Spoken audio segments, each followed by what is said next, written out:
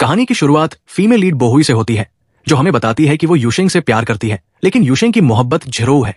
इस सब मामले की शुरुआत यूशेंग के एक्सीडेंट के बाद हुई, जब वो कोमा में गया। एक दिन जब बोहुई यूशेंग का ख्याल रखने हॉस्पिटल की तरफ जा रही होती है, तो उसे झिरोउ रोक लेती है। इनकी बातों से हमें पता चलता है कि झिरोउ और यूशेंग अच्छे दोस्त हैं। झिरोउ का बोहुई से सवाल बस यही था कि आखिर उसे यूशेंग में ऐसा क्या नजर आता है जो उसके पीछे इतनी कुर्बानियां दे रही है। बोहुई के मुताबिक प्यार की कोई हद नहीं, बस यूशेंग और इसके बीच रिश्ता इसलिए मुमकिन नहीं था क्योंकि वो अमीर था जबकि ये गरीब। इन बातों के बाद बोहुई हॉस्पिटल की तरफ चली जाती है। पीछे झिरोउ यूशेंग के अमीर होने वाली बात सुनकर खुद शैतानी ख्याल सोचते हुए नजर आती है। बोहुई यूशेंग का ख्याल रखने लगती है और तभी झिरोउ वहां आकर उसे खबर देती है कि उसके माता पिता उसे ढूंढ रहे हैं। बोहुई के जाने के बाद यूशेंग को होश आ जाता है, जिसे अपने किनारे झिरोउ बैठी मिलती है। यूशेंग उससे सवाल करने लगता है कि उसने कोमा में किसी को ख्याल रखते हुए महसूस किया, जिस पर झिरोउ सारा क्रेडिट खुद लेते हुए नाटक करने लगती है कि उसे उसकी बहुत फिक्र थी। यूनिवर्सिटी में बोहुई को यूशेंग और झिरोउ दिख जाते हैं, जो एक दूसरे से चिपके हुए थे। बोहुई से ये सब देखा नहीं जाता, इसलिए वो पलटते हुए दूसरी दिशा में जाने लगती है, जहां हम किसी को उसका पीछा करते हुए भी देखते हैं। बोहुई को भी इस बात का एहसास हो जाता है और वो अपना पीछा करने वाले लड़के का आखिर में सामना करती है। वो लड़का भी हिम्मत करते हुए बोहुई से सीधा कन्फेस कर देता है, क्योंकि उसे बोहुई से पहली नजर में प्यार हो गया था। बोहुई उसे रिजेक्ट करते हुए कहती है कि वो किसी और से प्यार करती है। इनकी बातें यूशेंग और झिरोउ सुन लेते हैं, जो इनकी तरफ ही आ रहे थे। झिरोउ जानबूझकर बोहुई के पास आते हुए ये कह देती है कि अच्छा है उसे कोई और मिल गया। झिरोउ यूशेंग के सामने बोहुई के उस पर क्रश वाली बात भी बोल देती है, जिस पर बोहुई हैरान रह जाती है। बोहुई को दुख ये सुनकर होता है कि झिरोउ यूशेंग डेट कर रहे हैं। वो बिना कुछ बोले वहां से ऐसे ही चली जाती है। आगे नशे में धुत यूशेंग का बोहुई के पास मैसेज आता है कि वो किसी बार में है। उसकी फिक्र में बोहुई फौरन उसके पास पहुंच जाती है। वो यूशेंग को सहारा देकर उठाने की कोशिश करती है, लेकिन यूशेंग उसके ऊपर गिरते हुए उसे किस कर देता है। सीन कट होते हुए 5 साल बाद हम बोहुई को यूशेंग के बेड में जागते हुए देखते हैं, जिस पर वो खुद भी परेशान थी। झिरोउ अचानक दरवाजा खोलते हुए गुस्से में अंदर घुसती है और यूशेंग पर चिल्लाने लगती है। यूशेंग जागते हुए उसे मामला समझाने की कोशिश करता है, लेकिन झिरोउ उससे ब्रेकअप करते हुए वहां से चली जाती है। यूशेंग का गुस्सा अब बोहुई पर उतरता है, जिससे अब वो नफरत करने लगा था। यूशेंग के जाने के बाद उसकी मां बोहुई से बात करने उसके सामने बैठती है। वो बोहुई को बताती है कि ये सब उनका ही प्लान था। यहां वो झिरोउ का भी राज खोल देती है कि कैसे वो उसे अपनी बहू नहीं बनाना चाहती। असल में झिरोउ का पहले से ही एक बॉयफ्रेंड था, जिसके बच्चे के साथ वो प्रेग्नेंट भी थी। फिर उसके इरादे यूशेंग की फैमिली में बच्चा पैदा करने का था, ताकि उसे अपने बॉयफ्रेंड के साथ अच्छी जिंदगी गुजारने के पैसे मिल जाए। यूशेंग की मां के पास तस्वीरें भी सबूत के तौर पर मौजूद थी। इससे वो बोहुई से मदद मांगती है। उनकी बस ये शर्त थी कि बोहुई बस 1 साल तक यूशेंग से शादी करके रह ले, उसके बाद वो कहीं भी जा सकती है। बोहुई मान जाती है, जिसके बाद यूशेंग उसे मिलने बुलाता है।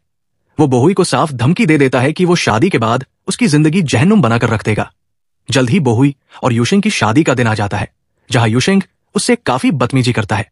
शादी के बाद भी यूशेंग का रवैया बोहुई के साथ अच्छा नहीं होता, जिसे बोहुई बस खामोशी से बर्दाश्त करती रहती है।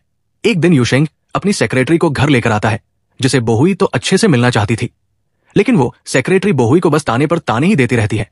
बोहुई के जवाब देने पर वो उसे थप्पड़ तक मार देती है, जो तमाशा यूशेंग बस चुपचाप देखता रहता है। बोहुई के जाने के बाद यूशेंग उस सेक्रेटरी को जॉब से निकाल देता है। यूशेंग को अपनी मां की वजह से बोहुई को अपनी सेक्रेटरी बनाना पड़ता है, जिसके लिए बोहुई एक बार फिर खामोशी से मान जाती है। ऑफिस में काम करते हुए बोहुई की मुलाकात एक क्लाइंट से होती है, जिसके इरादे उसके लिए सही नहीं थे। वो क्लाइंट बोहुई को किस करने की कोशिश करता है, जिस पर बोहुई उससे थप्पड़ मार देती है। सीढ़ियों से उतरते हुए यूशेंग सारा तमाशा देख लेता है। तभी क्लाइंट बोहुई को धक्का देते हुए बुरी तरह जमीन पर गिरा देता है। यूशेंग फिलहाल क्लाइंट को वहां से जाने का कह देता है और बोहुई, जिसके पैर में चोट लग गई थी, उसे गोद में उठाकर साथ ले जाता है। यूशेंग की मां बोहुई से मिलने आती है और दोनों में बोहुई की जॉब की बातें होने लगती है। यूशेंग भी वही बैठा था, जिसकी पोल उसकी मां खोलते हुए बोहुई को बताती है कि उन्होंने तो बस यूशेंग को उसे कंपनी में जॉब देने को बोला था, लेकिन यूशेंग ने तो उसे अपनी सेक्रेटरी ही बना लिया। यूशेंग की बोलती बंद हो जाती है, जिसके बाद यूशेंग की मां बोहुई को एक पार्टी के 2 टिकट देती है, ताकि वो यूशेंग के साथ जाकर मजे कर पाए। बोहुई काफी तैयार होकर पार्टी में आ जाती है, जिसमें सबको मास्क लगाना था। वो यूशेंग का इंतजार करने लगती है कि तभी पीछे से मास्क लगाया हुआ युंगे आता है। वो बोहुई को साथ डांस करने के लिए कहता है, जिसके लिए वो मान जाती है। इनके डांस के बाद वहां आने वाला यूशेंग बोहुई को झिरोउ समझकर गले लगा लेता है। युंगे फौरन बोहुई को अपनी तरफ खींचता है, जिसका मास्क यूशेंग उतार देता है। जब उसे झिरोउ की जगह बोहुई देखने को मिलती है, तो वो उदास होकर वहां से चला जाता है। अगली रात घर पे नई प्रॉब्लम खड़ी करने झिरोउ आ जाती है। वो बोहुई को बताती है कि वो अब उनके साथ ही रहने वाली थी। झिरो घर की नौकरानी पर हुक्म चलाने की कोशिश करती है, लेकिन नौकरानी सिर्फ बोहुई की बातें मानती है, जिससे झिरो की अच्छी बेइज्जती हो जाती है। तभी वहां यूशेंग आ जाता है, जो बोहुई के सामने एक्सेप्ट करता है कि झिरो को साथ रहने की इजाजत उसी ने दी है। यूशेंग को यकीन था कि झिरो उसके बच्चे के साथ प्रेग्नेंट है, इसलिए वो उसका ख्याल रखने वाला था। पहले से टूटी बोहुई दुखी होकर कमरे में चली जाती है। सुबह नौकरानी यूशेंग को बताती है कि बोहुई पूरी रात घर नहीं आई। यूशेंग को फिक्र होने लगती है कि तभी वो अपने फोन पे कुछ देख के गुस्से में आ जाता है। थोड़ी देर बाद हम बोहुई को लौटता हुआ देखते हैं, जिस पर यूशेंग चिल्लाने लगता है क्योंकि उसे पता चलता है कि वो रात भर युंगे के साथ थी। यहां यूशेंग की जेलसी साफ जाहिर थी। यहां झिरो उसके हाथ को आकर फौरन पकड़ लेती है। बोहुई ये कहकर वहां से चली जाती है कि अगर यूशेंग किसी और के साथ रह सकता है तो उसे भी पूरा हक है कि वो किसी और के साथ खुश रहे। यूशेंग की मां को मामला खुद अपने हाथ में लेते हुए झिरो से मिलने आना पड़ता है। वो झिरो के सामने सारे सबूत फेंकते हुए उसे घर से निकल जाने का कह देती है। झिरो उनसे बहस करने लगती है और उन्हें गलती से धक्का दे देती है। यूशेंग की मां सोफे के कोने पर सिर लगने की वजह से वही बेहोश हो जाती है। बोहुई, जो उसी वक्त कमरे में दाखिल हुई थी, झिरो को एम्बुलेंस बुलाने का कहती है, लेकिन झिरो तो जैसे अपनी जगह से हिलने के लिए तैयार नहीं थी। अपने आप को बचाने के लिए झिरो जानबूझकर अपना सिर भी दीवार में मारते हुए वही गिरकर बेहोश हो जाती है। यूशेंग, जिसे हर हीरो की तरह गलत टाइम पर ही एंट्री मारनी थी, बोहुई को इस सब का जिम्मेदार समझते हुए वहां से दफा हो जाने का कह देता है। सीन कट होते हुए हम बोहुई को हॉस्पिटल में जागता हुआ देखते हैं, जिसके पास युंगे बैठा था। युंगे उसे बताता है कि वो उसे उसके घर के बाहर बेहोश मिली थी। साथ ही उदास युंगे उसे उसकी प्रेगनेंसी की खबर भी देता है। ये सुनकर बोहुई खुश हो जाती है क्योंकि बच्चा यूशेंग का था। एक दिन बोहुई का टकराव यूशेंग से हो जाता है, जो उसे ताना देते हुए कहता है कि झिरो ने अपना बच्चा खो दिया और उसकी मां भी कोमा में है, जिससे यकीनन बोहुई खुश होगी। बेचारी बोहुई उसे सफाई देना तो चाहती थी, लेकिन यूशेंग कहाँ उस पर यकीन करने वाला था। बोहुई बस यूशेंग को इतना बता देती है कि वो भी उसके बच्चे के साथ प्रेग्नेंट है। यूशेंग झिरो के पास हॉस्पिटल में लौटते हुए उसे भी इस बात की खबर देता है, क्योंकि उसने बोहुई को बच्चा होने तक डिवोर्स ना देने का फैसला कर लिया था। झिरो भी कहाँ बोहुई को सुकून से रहने देने वाली थी। वो ठीक होते ही अपने बॉयफ्रेंड जिनजेहाई से मुलाकात करती है। उनकी बातों से बड़ा राज खोलते हुए सुनने वालों को भी जरूर सदमा लगने वाला था। पता चलता है कि बोहुई का पहले ही यूशेंग के साथ एक बेटा है। असल में 5 साल पहले यूशेंग नशे में बोहुई के साथ सो गया था, लेकिन बोहुई ने ये बात उससे छुपा कर रखी, क्योंकि यूशेंग झिरो से अंधा प्यार कर बैठा था। ये सारी बातें झिरो को भी हैरान कर देती है, जो ठान लेती है कि वो उसके प्लान के बीच किसी को नहीं आने देगी। झिरो यूशेंग से अपनी करीबियां बनाए रखती है। एक रात परेशान बोहुई यूशेंग के घर का दरवाजा पीटने लगती है। झिरो यूशेंग को मना करते हुए खुद दरवाजा आकर खोलती है। बोहुई यूशेंग से मिलने की जिद करने लगती है, क्योंकि उसके 5 साल के बेटे की हालत काफी खराब थी और बोहुई को उसके इलाज के लिए पैसे चाहिए थे। झिरो यूशेंग से बात करने का नाटक करते हुए अंदर जाती है और थोड़ी देर बाद आकर बोहुई से सीधा ये कह देती है कि यूशेंग उसकी शक्ल तक नहीं देखना चाहता। अंदर आकर झिरो यूशेंग के दिल में नफरत भरने के लिए कह देती है कि बोहुई ने अबॉर्शन करवाने का फैसला ले लिया है और ये खबर वो उसे देने आई थी। यूशेंग परवाह ना करने का नाटक करते हुए सो जाता है। बेबस बोहुई पूरी रात यूशेंग के घर के बाहर गुजार देती है, जहां उसके 5 साल के बच्चे की डेथ हो जाती है। जब यूशेंग घर के बाहर आता है तो बोहुई उसे सीधा डाइवोर्स का कह देती है। यूशेंग से पैसे लेने के बाद बोहुई वहां से चली जाती है और उसकी सोच से हमें पता चलता है कि अब वो इतनी कमजोर हो चुकी है कि अपने पेट में मौजूद बच्चे को भी जिंदा नहीं रख पाएगी। वो आगे बढ़ता जाता है और हम बोहुई को युंगे के साथ खुश देखते हैं, जो उसका काफी अच्छे से ख्याल रखता था। एक दिन गलती से बोहुई की वजह से युंगे को चोट लग जाती है, जिसे बोहुई फौरन हॉस्पिटल ले आती है। युंगे एक बार फिर बोहुई से अपने प्यार का इजहार करता है, जिसका बोहुई कोई जवाब नहीं दे पाती। झिरो एक बार फिर अपने बॉयफ्रेंड जिनजेहाई से मिलती है और उसे बोहुई का काम तमाम करने का कह देती है, क्योंकि बोहुई उसके बारे में काफी कुछ जानती थी। रात में जब बोहुई युंगे के साथ हंसी खुशी वॉक पर निकलती है तो कोई इनके सामने अपना वॉलेट गिरा देता है।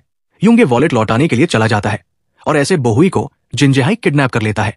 बोहुई को नुकसान पहुंचाने से पहले जिनजेहाई साफ साफ उसे बता देता है कि झिरो की वजह से ही वो ये सब कर रहा है। सीन कट होने के बाद हम बोहुई को हॉस्पिटल में देखते हैं। उसकी आंख खुलने के बाद एक औरत उसके पास आती है, जिससे बोहुई युंगे के बारे में पूछती रहती है और वो औरत बोहुई को बताती है कि युंगे को वो जंगल के बीच जख्मी हालत में मिली थी। युंगे ने उसे जगाने की काफी कोशिश की, लेकिन उसके होश में ना आने पर वो उसे अपनी पीठ पर बैठाकर हॉस्पिटल तक लाया। हॉस्पिटल में काफी तमाशा करने के बाद बोहुई का तो इलाज हो गया, लेकिन युंगे खुद भी जख्मी होने की वजह से बेहोश हो गया। इस सब हादसे से युंगे के दिमाग पर असर हो चुका है, जिससे उसने अपनी मेमोरीज खो दी है। बोहुई फौरन युंगे को देखने आती है, जो उठते ही बोहुई को अपनी बीवी बुलाने लगता है। बोहुई इस बार खामोश न रहते हुए फैसला करती है कि वो झिरो से बदला लेकर रहेगी। युंगे का ख्याल रखने के बाद बोहुई बाहर वॉक करने आती है। यहां उसका सामना यूशिंग से होता है, जो अपनी कोमा में मौजूद मां को देखने आया था। उनके बीच बहस होने लगती है कि तभी झिरो भी वहां आ जाती है। बोहुई मौके का फायदा उठाते हुए जिनजिहाई का नाम उसके सामने लेती है, लेकिन झिरो उसे जानने से साफ इनकार कर देती है। बोहुई बस इतना कहकर वहां से चली जाती है कि जल्द ही वो उसे जरूर पहचान लेगी। आगे हम बोहुई को किसी से फोन पर बात करता देखते हैं, जिसके साथ वो कोई प्लान बना रही थी। बोहुई का हायर किया हुआ आदमी जिनजिहाई पर हमला कर देता है, जिसे बचाने का बोहुई नाटक रचाती है ताकि जिनजिहाई उस पर भरोसा करने लगे और इस बात पर यकीन कर ले कि झिरो ने ही उसे गायब करने की कोशिश की है। इसके बाद हम जिनजिहाई को यूशिंग से मिलता देखते हैं, जिसे वो झिरो के बारे में सब सच बता देता है। झिरो जिनजिहाई से मिलने खुद भागते हुए आ जाती है, क्योंकि उसे उसकी यूशिंग के साथ मुलाकात का पता चल गया था। जिनजिहाई उसे कुछ नहीं बताता, बस चालाकी से उससे सारी बातें उगलवाने लगता है। झिरो अपने सारे जुर्म कबूल कर लेती है और ये तक मान लेती है कि वो यूशिंग के साथ इतने सालों से बस पैसों के लिए है। सही वक्त पर जिनजिहाई यूशिंग को अंदर बुला लेता है, जो बाहर खड़ा सब सुन रहा था। यूशिंग का दिल पछतावे से भर जाता है, जिसका अब कोई फायदा नहीं था। वो बोहुई से मिलने आता है, लेकिन उसके बजाय युंगे उससे मिलता है। यहां आखिर यह भी सामने आ जाता है कि युंगे सब भूलने का बस नाटक कर रहा था ताकि बोहुई उसके साथ रहे। यूशिंग युंगे से लड़ने लगता है कि बोहुई बस उसकी है, लेकिन युंगे भी पीछे नहीं हटने वाला था। वो यूशिंग से आखिरी बात बस ये कहता है कि वो बोहुई के लायक नहीं है और अब वो खुद ही बोहुई को खुश रखेगा। कहानी के आखिर में हम बोहुई को युंगे के साथ देखते हैं। बोहुई उसे उसी जगह लाती है जहां इनकी पहली बार मुलाकात हुई थी, क्योंकि वो उसकी यादाश्त वापस लाने की कोशिशें कर रही थी। यहां बोहुई उससे वही बातें करती है जो युंगे ने बोहुई से पहली बार कन्फेस करते हुए बोली थी। युंगे यहां अपने नाटक को खत्म कर देता है। दोनों एक दूसरे से अपने प्यार का इजहार कर देते हैं और इनकी किस के साथ हमारी इस कहानी की हैप्पी एंडिंग हो जाती है। आपको ये ड्रामा कैसा लगा कमेंट करके जरूर बताएं।